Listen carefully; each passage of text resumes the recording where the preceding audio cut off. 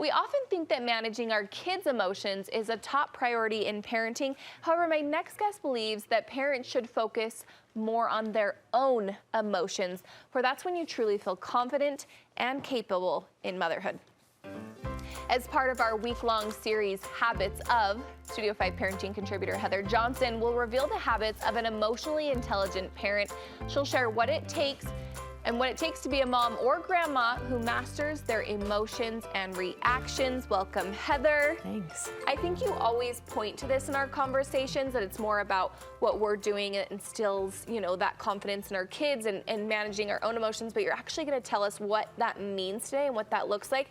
I would like to start on the other end of what the repercussions or what it looks like to not be able to manage your emotions. Yeah, and even the habits, right? Because we can fall into habits that are great and habits that aren't so great. Right. Habits are those things that settle, those behaviors that settle in, that are really hard to get rid of. Okay. And so some of those habits that hurt our ability to be emotionally intelligent, this is when we blame a lot. This is when we can't take criticism, or I shouldn't use that word, when we can't take feedback very well. This is when we hold grudges. This is when we struggle with a growth mindset. Any of these things make it really hard to be emotionally intelligent. And unfortunately, those are habits we fall into. Not being willing to say we're sorry. I mean, those types of habits make it really hard to be emotionally intelligent. So we want to give up those habits, and we want to adopt some daily habits instead that help us be more emotionally intelligent, that contribute every day, that settle into our souls. We want these habits to be the ones that are really hard to give up. I love the word habit, because it's something you're practicing. And it's something that just becomes a habit. It becomes ingrained in you because you're practicing it. So that word feels really powerful to me.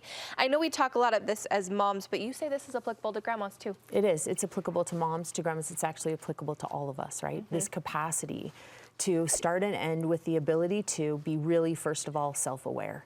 And to look at ourselves, and even more than that, to be really honest with ourselves.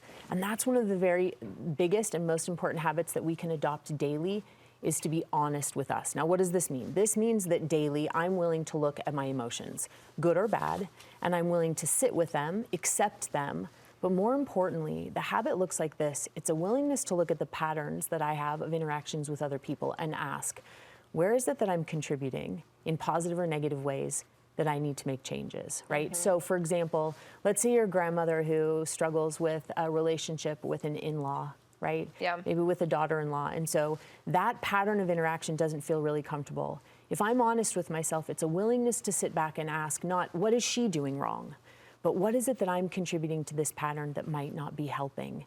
That's being honest with ourselves. Being honest with ourselves also means that we don't justify. Now, justification, it's an interesting thing, right? When it's not healthy for us, it's this place where we try to talk to ourselves in ways, or convince ourselves that acting against our values is okay. And anytime we justify, we're gonna have a really hard time being emotionally intelligent. So to be honest with ourselves and justify, those things can't go together. So we wanna start daily by being just really honest with ourselves. It's okay if we don't always like what we see. In fact, we're probably not being honest if we like everything we see about ourselves. And so that's a daily habit we want to start with right there. One of the first. Which I think kind of leads you into your next point, which is don't look back. I think sometimes, personally, as a mom, that mom guilt, I get trapped in that, and I say, well, how do I come back from this? How are we going to move forward? Should I start planning for, therapy now instead of college, right? We get in this spiral. So you're saying they don't look back. They don't. This habit of not looking back is so important. And it applies to us, and it applies to, again, the relationships around us. It's this willingness to not hold grudges. It's a willingness to have a growth mindset, to consider that whatever happens, I can learn from it. It's a willingness to forgive. It's a willingness to say that we're sorry. The way that this looks, and in fact, it's really hard for me to hear "don't look back" without actually thinking about the Bible story. You're probably familiar of Lot's wife, right? Who looks back and is turned to salt. I kind of have that in my head anytime I hear that phrase. And it's funny because, we probably all know that story somehow, learned it when we were little. And when we talk about Lot's wife, it's a problem that she looked back. She held on to and wanted to keep a hold of those things from the past. We do that in our relationships. It's hard to be emotionally intelligent when we're holding grudges, when we're unwilling to put something down, when we're having a new conversation today, but we bring up all of the past history that was ugly and bring it into today's conversation. I think one of the coolest things in that story that we don't talk about enough isn't just that she looked back, it's that she didn't have enough trust that moving forward would be beneficial or enough trust that if she moved forward, there might be something healthier and happier where she was headed instead of where she'd been. And our relationships and our ability to be emotionally intelligent works that same way. To not look back, to let it go, to let it sit there, and instead think, you know what, if I trust that I can let it sit there, then I have hope that if I move forward, there might be something healthier for me.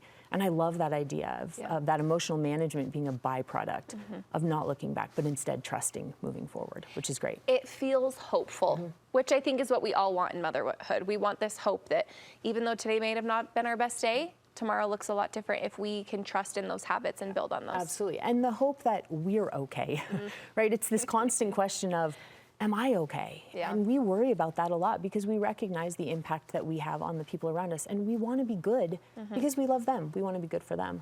There's also another habit that matters a ton, which is being really good at the pause. The pause. Really, really good at the pause. This means that we are willing and able to take a pause before we say anything, do anything. This is the difference between reacting and responding.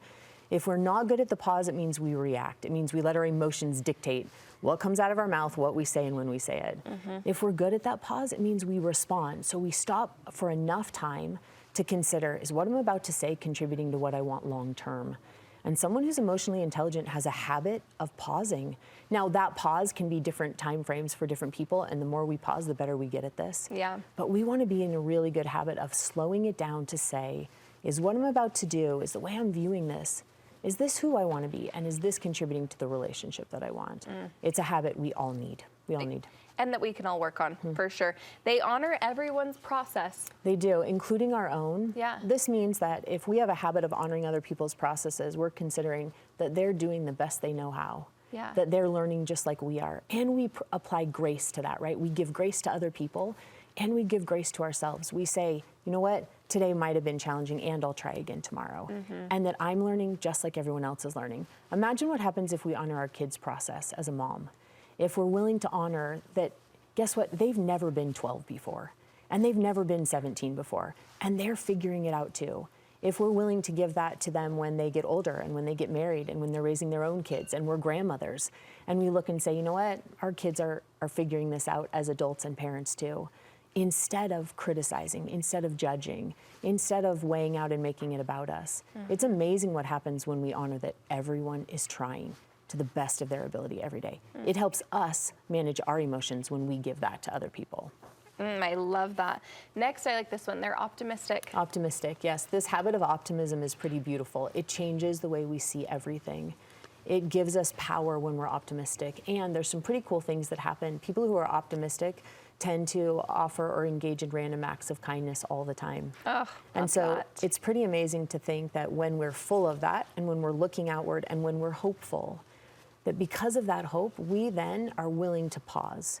We're willing to honor other people's processes because we have hope. Yeah. This is, again, a growth mindset. This is saying, even when things are challenging, and we hear this, right? Even when things are challenging, it's an opportunity to learn. Not all hope is lost. So this optimism is a big deal. It's also big when we offer those random acts of kindness from that optimism because it helps infuse hope into other people's lives too. Those people are usually the people we're in relationship with. Yeah. So this matters a ton. Matters. And I think we would be doing ourselves a disservice if we don't also include this really important habit of moving every day. I was surprised by this one. Moving our bodies every day. Emotionally intelligent individuals move their bodies somehow every day. Yeah. Now, this doesn't mean you have to start running marathons. It doesn't mean you have to start, doing, this just means we move. Yeah. It means that we engage. And here's why it matters so much, because our physical and our internal, they are connected. And so that ability to process and manage how we think, it is impacted by how we feel physically and moving our bodies. When we move our bodies, it clears up our minds. When our minds get clear, it's easier to move our bodies.